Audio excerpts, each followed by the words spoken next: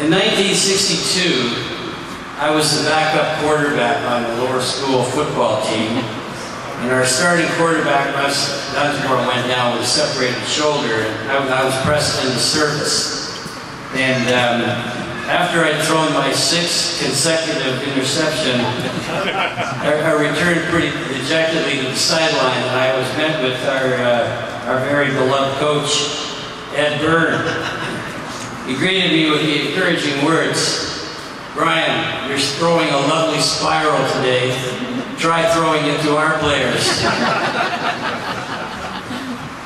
The gentleman we're about to honor must have studied at the same school of encouragement.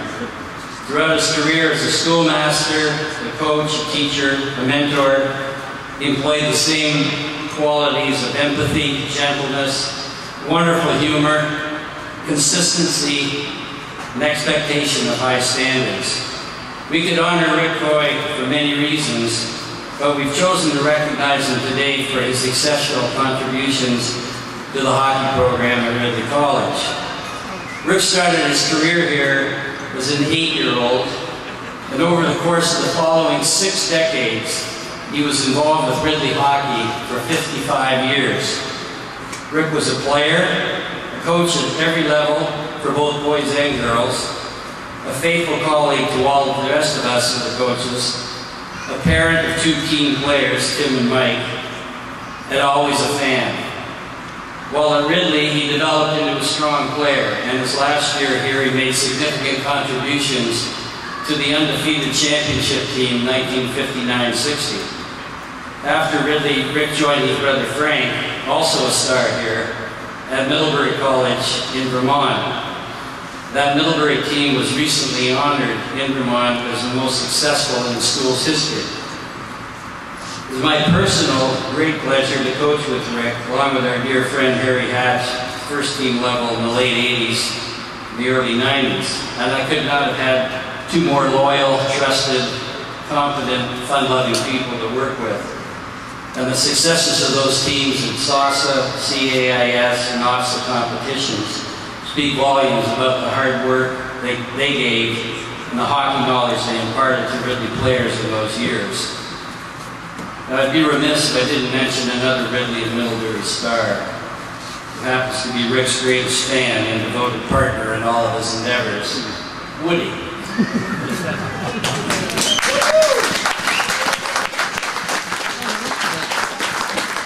Throughout all the years after Rick and Woody met and were married while at Middlebury, Woody has been the most avid supporter of Ridley teams one could ever imagine.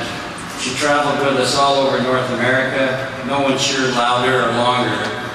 She's more competitive than Harry, Rick, and me put together. And God help the opposing player, coach, or any ref who got it wrong. Woody let them know, and then she let us know. It's so appropriate, I think, in Ridley's 125th year in this magnificent facility that we honor Rick by dedicating this wall of distinction in his name. And I'm going to call on Jay TREDWAY, the athletic director at the school today, who conceived this idea of the wall, and ask him to explain the purpose of the Richard A. Coy Wall of Distinction. Jay.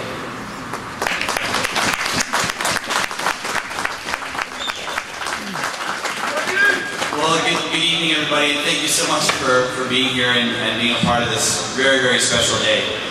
I first suggested Ridley Athletics Wall of Distinction to the late great Paul Lewis about 12 years ago. And he was a little uncomfortable with the idea, because Paul's perspective on history at the school was long and a compassionate one. And he felt that so many Ridley boys had died prematurely in the First and Second World War that any recognition of sporting success would be inaccurate because so much potential had been lost. Today, I think the names in the chapel and the names outside of Ridley's Great Hall are the ultimate walls of distinction. And here, we want to celebrate the accomplishments of Ridleyans who were afforded great opportunities because of those sacrifices. Here's a place for happy memories, a place for happy stories, of grit, determination, commitment, sportsmanship, camaraderie. Qualities, by the way, that Rick Coy completely embodies. Brian did a great job telling you Rick's story. And most importantly, that's what this wall of distinction is going to be about. Ridley's sporting success is a story that must be told. It's such an important part of our history. Just in preparing for this event, I've learned that Ridley has nurtured over 30 Olympians over the years. That's a stunning and impressive figure. And recognizing our rich athletic heritage, taking pride in it, celebrating it, that helps to make us a stronger school today. And I'm certain that it's going to help us evolve into an even stronger Ridley in the future. So thank you to Rick, and thank you to everybody for being a part of this great day. And Mr. Coy, when I first met you, I called you Mr. Coy, you said, please call me Rick. I still feel I should call you Mr. Coy. On behalf of the Ridley community, it is our privilege to dedicate this tribute to Ridley hockey in your name and in your honor.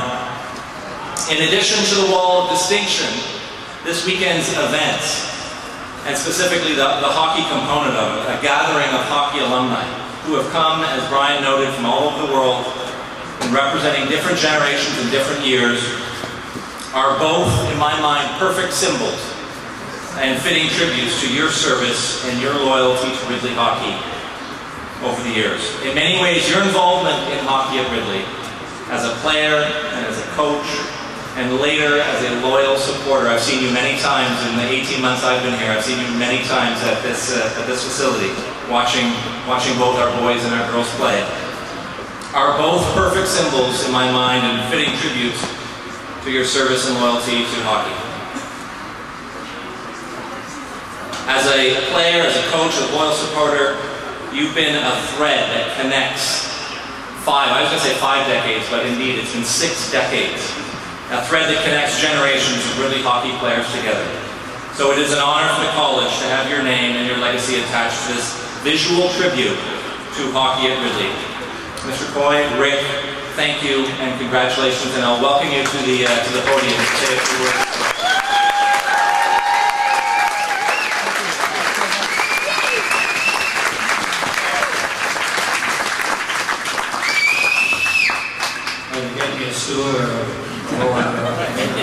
Gosh, I'm listening to Brian with all those comments and everything, and I'm just thinking, who is this guy?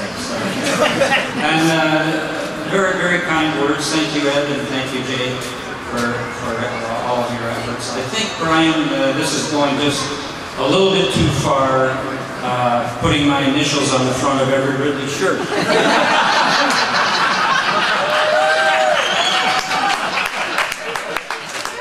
I mean, there's tributes in your street. However, I got to thinking, what would make somebody spend 55 years in cold Ridley arenas? And I thought it's fitting that my grandchildren are here today. Clayton's 8. There he is there. And to put it into perspective, that's how old I was when I came to Ridley. And the arena became like a magnet to me. I loved being in the arena. I loved trying to learn how to play. I didn't really care too much about playing, but it was just fun to be in the arena, in the old arena that was built in the old barn, built in 1919. And no, I wasn't here then. But I remember the building so well. I could never figure out how you put 2 coal-burning stoves, one in each dressing room, in a building that was 50 years old, an old wooden building, and then filled it with 200 kids that liked to be rambunctious and knock things over and stuff. I don't know why the place didn't burn down. But they did take those coal-burning heaters out after a while. I remember the excitement that would run through the school when we heard the arenas opening. And we'd go over and there would be Pro Coburn, who was the groundskeeper and looked after the rink. He'd be out there flooding with the hose. And it was just an exciting time. Pro also would sharpen your skates for a quarter. And he did a really nice job if you were turning to the left.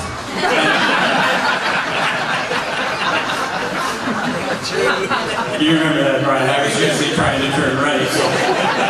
Anyway, and I have an older brother who's here today, Frank, who you know, everybody likes to take after their older brother. Frank was not a good player. He was an excellent player. And he's one of those guys that, you know, he didn't have to work at it. He was a natural, and he played 4 years on the upper school team. And I'm being a rink rat, I was always hanging around. Well, Mike, please explain rink rat. That's a good thing.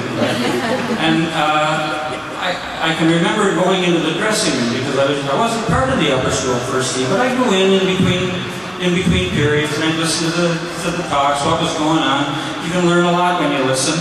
And I heard several of the coach, Chick Carson, of his speeches, and I remember some of them. I can remember Dr. Hamilton, the headmaster, coming in one time when the game was getting out of hand, a little bit rough, and explaining in no uncertain terms, that's not the way to play the game, that's not sportsmanship, and again, explain what it really meant to be a hockey player and to wear the Ridley uniform. And I remember that. I also remember that from being 11 years old and being in the first team dressing room, I added a few words to my vocabulary. Couldn't find some of them in the dictionary, but it's all right. Then I moved on to the upper school, and one thing I did learn in that dressing room too, though, when I was a kid, is I suddenly realized this isn't just all fun. These guys are pretty serious about the game. It's a lot of hard work, and it's not just fun. And I moved up to the upper school and I started to work on the game, and I was very fortunate. I played 3 years under Coach Bob Stanley, who was a very understanding man and really taught me more about hockey than anyone else. And as Brian mentioned, I was lucky to play on that 1960 team, which didn't lose a game. Well, you know, that'll never happen again, probably because we play about 20 games and they play about 50 now. So I think our record for that is safe. So, you know, it just made sense when I came back as a teacher in 1966 that I would be coaching. Well, okay, I coached. First year that I coached, I stepped on the ice, I was 25 years old. The last year that I coached, I stepped off the ice, I was 70. You know, time flies when you're having fun. So,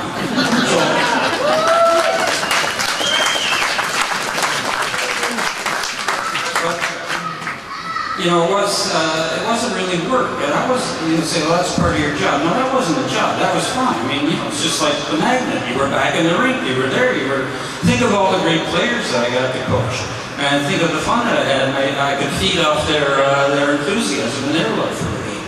So that was just a natural. So I'm not going to tell who all the players were because, you know, there's food. We don't want to be forever. It's like the Academy Awards. I can hear the music and I don't want to forget anybody's name.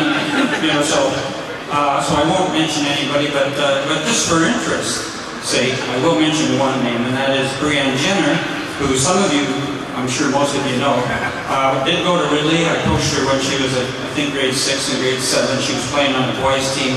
Then in grade 8, she was playing on the upper school first team. And she's still playing, and if you turn on your TV, she's in Sochi right now playing for the Canadian Olympic team. So if you didn't know about her, now you do, so you can have something to watch when you watch the girls hockey.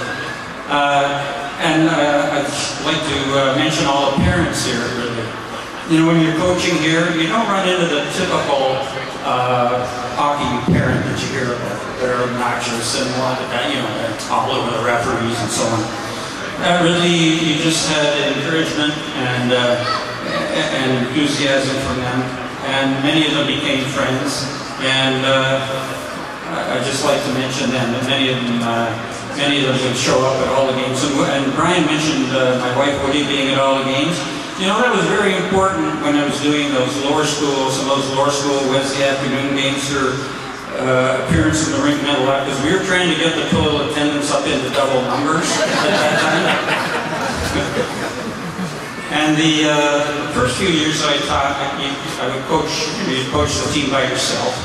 And then they would team you up with somebody. It became like a team coaching. Well, it wasn't that great because now you coach with all these great people and you learn from them. New drills, new ways to approach a problem, new ways to handle kids. And I had the privilege to work with Brian Engelman, Gary Hatch, Jim Milligan, Colin Brzicki, Paul DeVellis, Rich Keeney, who am I forgetting? Wayne Pack, And, well, I was saving him for last. And of course, my good friend, the late and great Keith Mullaney. A lot of you would have played under Keith. And wow, talk about having fun. This isn't part of the job. We had a lot of fun with Keith. And you know, they say all these people taught me something. Keith taught me where the smoking area was in every arena in Southern Ontario. I always knew where to find him before the game. I always knew where to find him after the game. I always knew where to find him in between periods while I was trying to coach the kids in the dressing room. Keith had a great sense of humor. I won't go into all the stories, but no, I can't. Anyway, this stock answer to, well, Coach, how's your team this year? Keith would smile and say, well, we're small, but we're slow.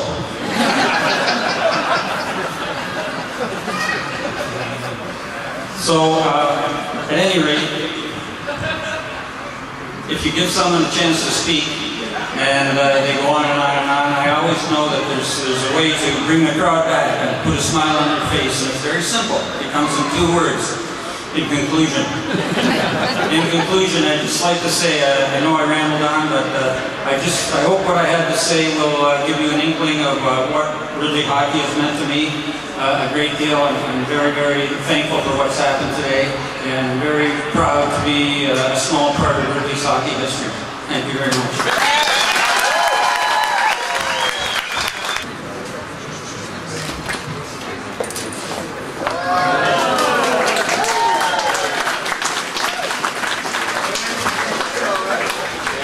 Grab here.